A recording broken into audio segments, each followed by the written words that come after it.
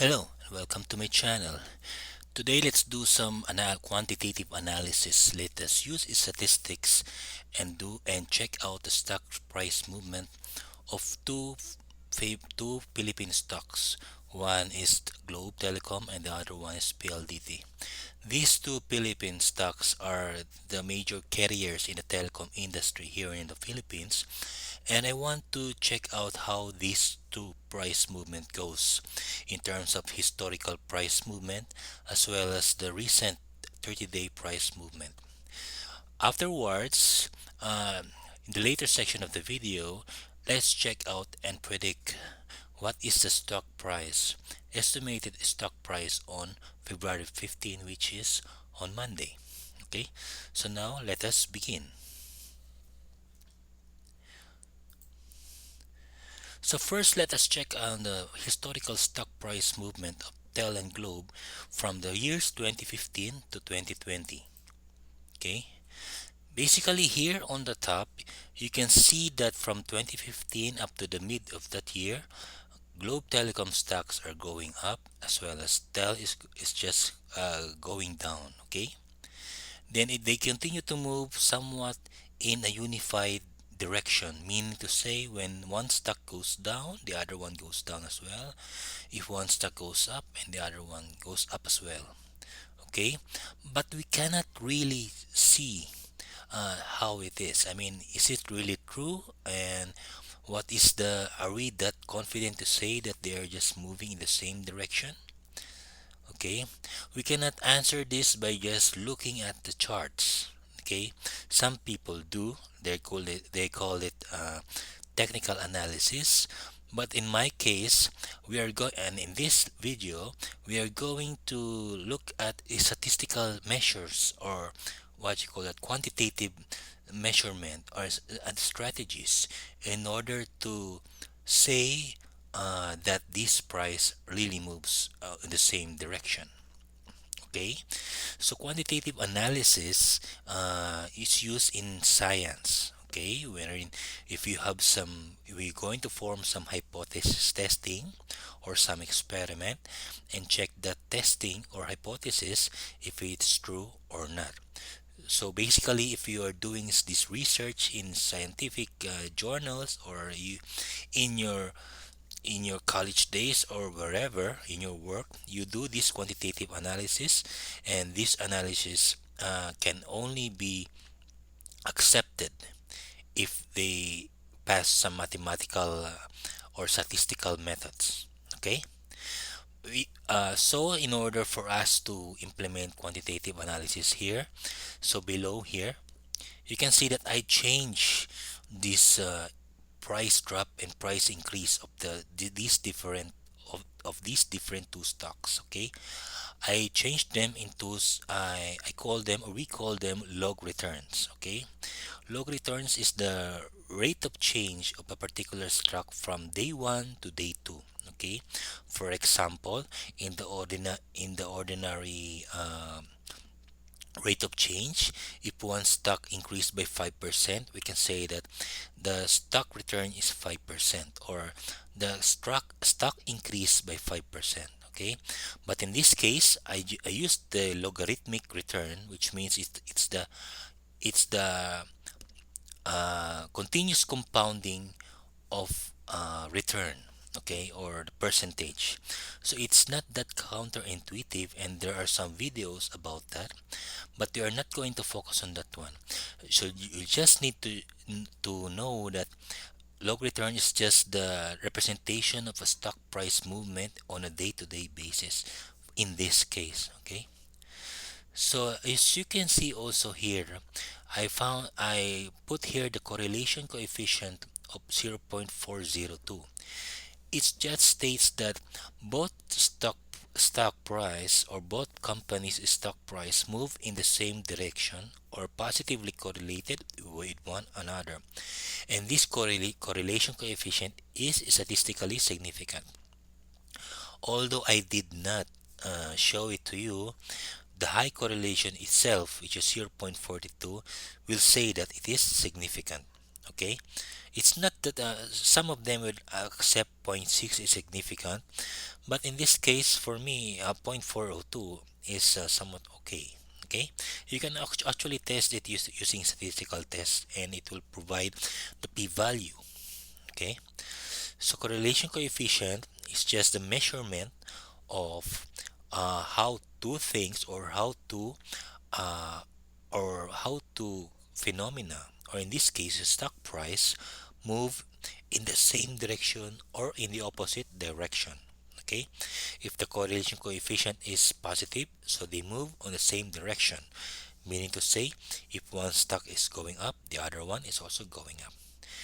And also, you will find here the standard deviation. Okay, standard deviation is a measurement of the volatility, or how is the stock price moving. Is it moving very far away from its average movement, or is it moving about a little bit near on its average movement? So this is the measurement. In this case, the standard deviation of TEL and GLOW are almost identical, meaning to say that the volatility of both the stocks are almost the same, even though the graph shows like this. Okay, you cannot really if you have some charting things or charting tools, and you can say that this is volatile or whatever, but I am more confident to say that those the volatility of both stocks are the same, because the standard deviation of the log returns of both stock are completely or somewhat similar with each other. Okay, now let's move to a 30-day from the latest is February 10 stock price movement of TEL and Globe. Okay, and you can see here the only difference, the two difference is that the correlation coefficient is somewhat higher. Okay, you can also see this one because it seems like obvious, when it goes up, it goes up, it goes higher, it goes higher. Okay, but you cannot really tell. The only way to tell this is to do statistical tests, and a statistical test shows that the correlation coefficient is 0.7, which is highly statistically significant. Okay, next is the standard deviation. In this case, the standard deviation of TEL is somewhat a little bit 30% higher, or 0.008 higher than Globe, means to say that TEL is more risky, or the volatility of TEL is higher than Globe. I mean, it also means that if you have high volatility, it means that there's a high option that this stock will move higher or lower in the near term or short term. Okay, now the 30-day trading days stock price is important because that is the latest one, and then we can do some simulations using this latest data as well. We're going to do that on the next slide here. We're going to do some Monte Carlo simulation. Okay, stock and forecast a stock price on February 15. That is two trading days from now. Okay, because in February 12 there are no trading, and tomorrow is February 11, and I think Monday is February 15, if I'm not mistaken. Okay, here after I'm doing some simulation of stock price movement of both TEL and Globe, you can see here, let's go first and tell that the probability of the current stock price February 10 today of 1380, the probability of the stock price on February 15 will be higher than the current stock price of 1380, which is today February 10, is about 0.46, which means to say there is still a much bigger chance that this stock will drop on February 15, or because it has the probability that it will be much lower is about 0.54, which is higher than 50%. Okay, but it doesn't mean that it will go down really on Monday. Because here we are just thinking about probabilities or about chance.